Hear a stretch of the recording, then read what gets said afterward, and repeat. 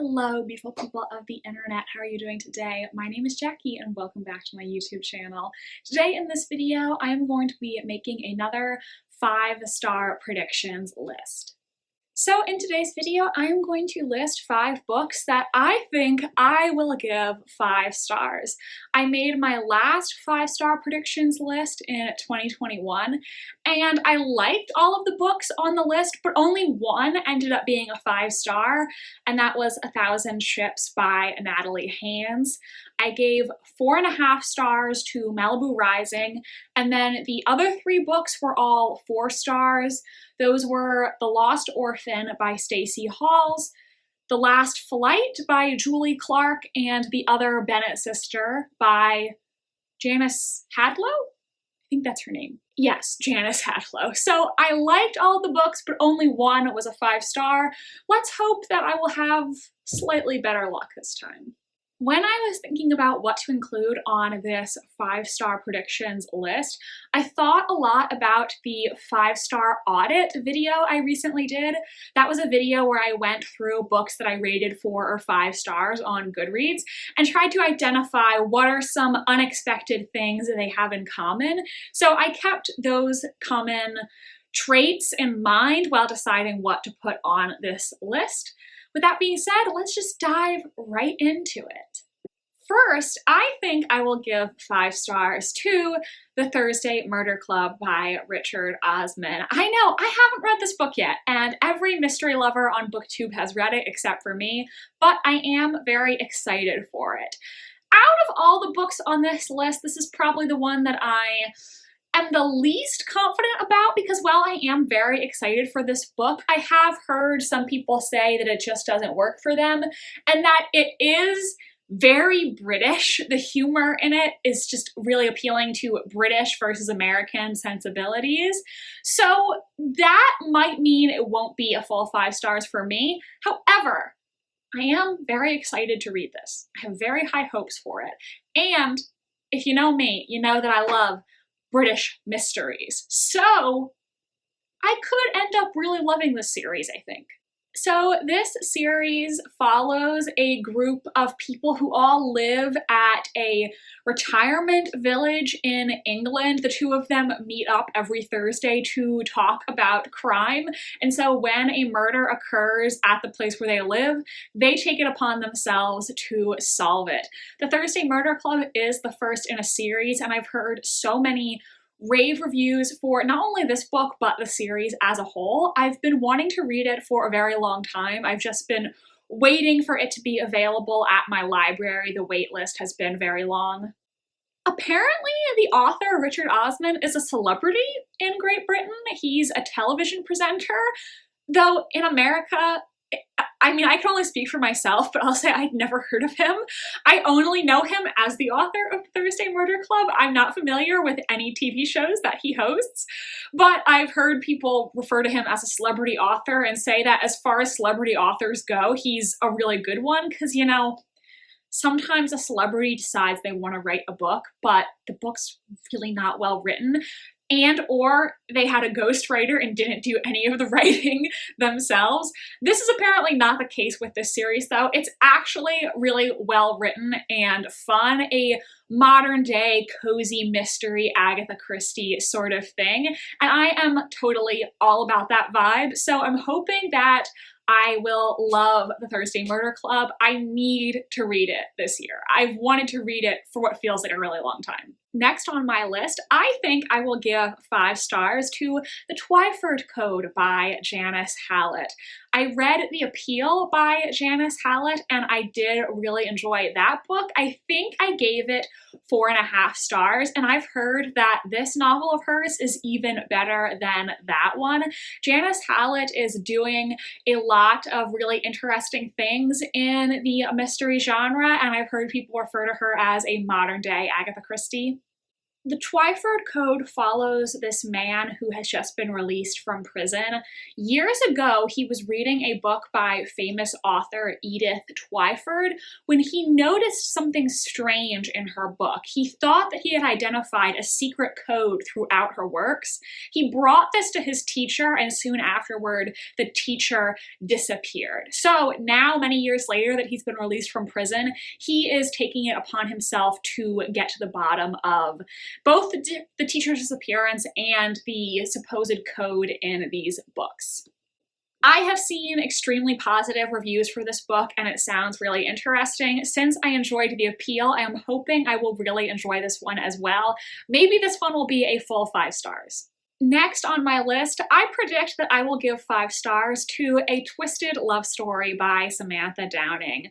I really love Samantha Downing. She is one of my favorite contemporary mystery thriller authors.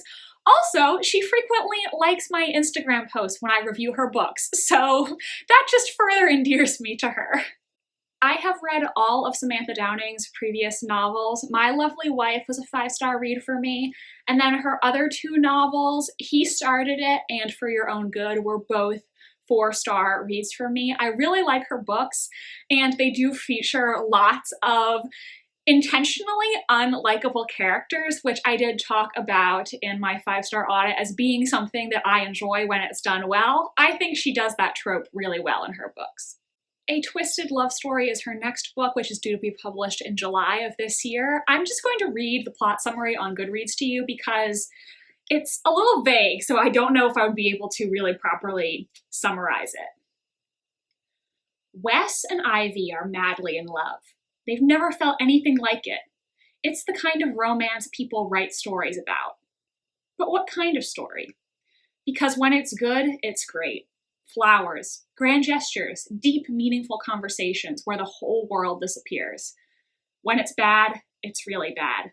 Vengeful fights, damaged property, arrest warrants. But their vicious cycle of catastrophic breakups and head-over-heels reconnections needs to end fast, because suddenly Wes and Ivy have a common enemy, and she's a detective. There's something Wes and Ivy never talk about, in good times or bad. The night of their worst breakup, when one of them took things too far and someone ended up dead. If they can stick together, they can survive anything, even the tightening net of a police investigation. Because one more breakup might just be their last. Now, next up, in my 5-star audit video, I mentioned that I really enjoy female-centric historical nonfiction, and one of my personal favorite figures from history is Anne Boleyn, the infamous second wife of King Henry VIII. So, because of those reasons, I think that I will give 5 stars to The Creation of Anne Boleyn by Susan Bordeaux. Anne Boleyn is a figure who has been highly mythologized, for lack of a better term, and people have very strong opinions about her. There are some people who think she did no wrong, she's a feminist icon, a victim. Other people who say she was a witch, she was evil, a seductress, and all of this kind of back and forth discourse. So this is a nonfiction book that is really taking a critical examination of these myths and trying to get to the heart of the matter, what Anne Boleyn's life was really like, who she really was as a person, and sort of reclaiming her identity. It sounds like it could be something I will really enjoy, and I know Tori from Good Strong Words gave this book 5 stars, so seeing that she liked it so much just made me more excited to read it. I am hoping that this will be a 5-star book for me. I have high hopes. And lastly, since Natalie Haynes's 1,000 Ships was the only book on my last list that I actually gave 5 stars, I thought I should put another book of hers on this 5-star predictions list. So I predict I will give 5 stars to Pandora's Jar, Women in the Greek Myths by, of course, Natalie Haynes. I have heard really good things about this one, and I'm kind of intrigued to see what it will be like. On Goodreads, it is classified as nonfiction retellings, classics, and short stories, and it seems like, based on the reviews, that this is sort of a narrative nonfiction. I'm not exactly sure what it will read like, but my interest is piqued for sure.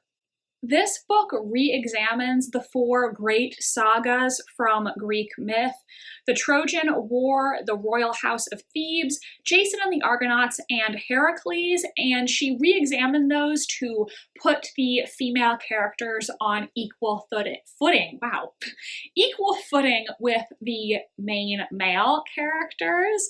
I've heard that this is a really great book. It has a very high Goodreads rating, and people in the reviews also refer to it as being a bit humorous, which is kind of intriguing. So all in all, I'm not really sure what this is going to be like, but I know that I like this author and I am intrigued. Even if I don't know what to expect, my interest is definitely high for this one. So hopefully I will enjoy this as much as I enjoyed 1,000 Ships. I do also intend to read her other two novels, Stone Blind and The Children of Jocasta, so I will have to check those out at some point as well. All right, everyone, so that's it for my 5-star predictions number 3. Have you read any of these books? Do let me know in the comment section. And if you're still here and you just don't know what to comment, why don't you leave me a heart emoji down below? Thank you so much for watching this video. Make sure to give it a big thumbs up if you enjoyed, and subscribe to my channel if you want to see more from me. I post new videos every Wednesday and Sunday. My social media links are in the description if you want to follow me on Tumblr, Instagram, or be my friend on Goodreads. Thank you so much for watching, and I hope you have a spectacular rest of your day. Bye, and I'll see you next time.